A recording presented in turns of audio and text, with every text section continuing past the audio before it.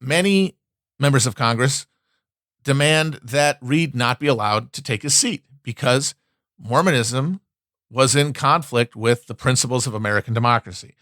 The fear is that, like a Catholic from the Pope, Smoot would take orders not from his conscience, as an American should, or the will of the people, but from the demands of the president of the church.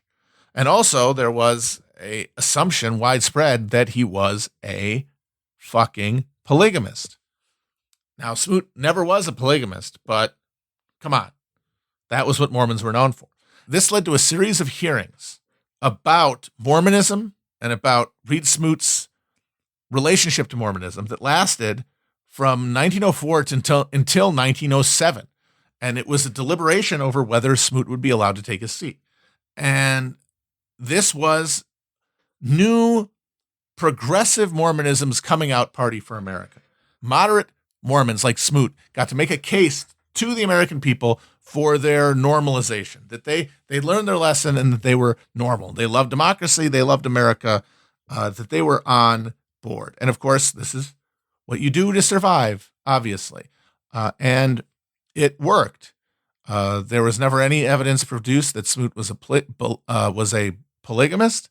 He answered questions about his allegiances eloquently, and he eventually wins over the center of gravity of American public opinion in the Senate. One of his allies in the Senate, who endorsed his ascension to the seat, in reference to all of the obvious philanderers in the Senate, said, "As for me, I would rather have seated beside me in this chamber a polygamist who doesn't polyg than a monogamist who doesn't monog." Boom, roasted. And around this exact same time, a new, modernized, and complete Mormon theology is being promulgated that channels the progressive moment and reflects America's greater aspirations. So James Talmage, a mining consultant, during this period in the early aughts, is going around with a series of lectures about Mormon theology and about the basis for Mormon belief and what sets it apart. And during the aughts and teens, he, along with a few other theological laymen, lay out in a number of books and pamphlets a fully synthesized, modernized Mormon theology, which is the church that exists now. This is really the creation of modern, post-polygamy, post-prophetic, post-charismatic Mormon history. And in these descriptions, Talmage explains that, for example, with polygamy, so polygamy is based on this notion of celestial marriage, a marriage that transcends time and space. And Talmage argues that just means that the marriage is eternal. It doesn't mean it necessarily has to be plural. So it's normalizing Mormonism for a mass audience. And the theology that Talmage and others promulgate is free real estate, the religion. It is America condensed into a transcendent theology. It truly is Christian Scientology. At a point of human history when faith in revealed religion still had mass persuasive power.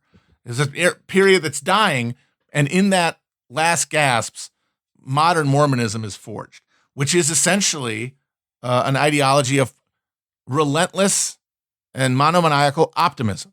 It is the American positivity compulsion turned into a story of creation. It is a religion without original sin, in which all mankind will be saved because mankind is universally good and universally capable of achieving godhood. Forget capable of salvation. Salvation is a minimum. Everyone's getting saved. That's taken for granted. But humans have the capability, all of them, through the application of will to pursuing virtue and self-improvement, literally take on the character of God. This is a religion that is able to cross that chasm between the eternal and the individual human, not by imagining a bridge of salvation, but of denying that there is any distinction between the two. It is, in that way, fully materialized. heaven is not transcendent reunion with a force beyond our understanding. It is the perpetuation of our individual consciousness eternally as we apply principles and self-improvement to the process of literally building a universe.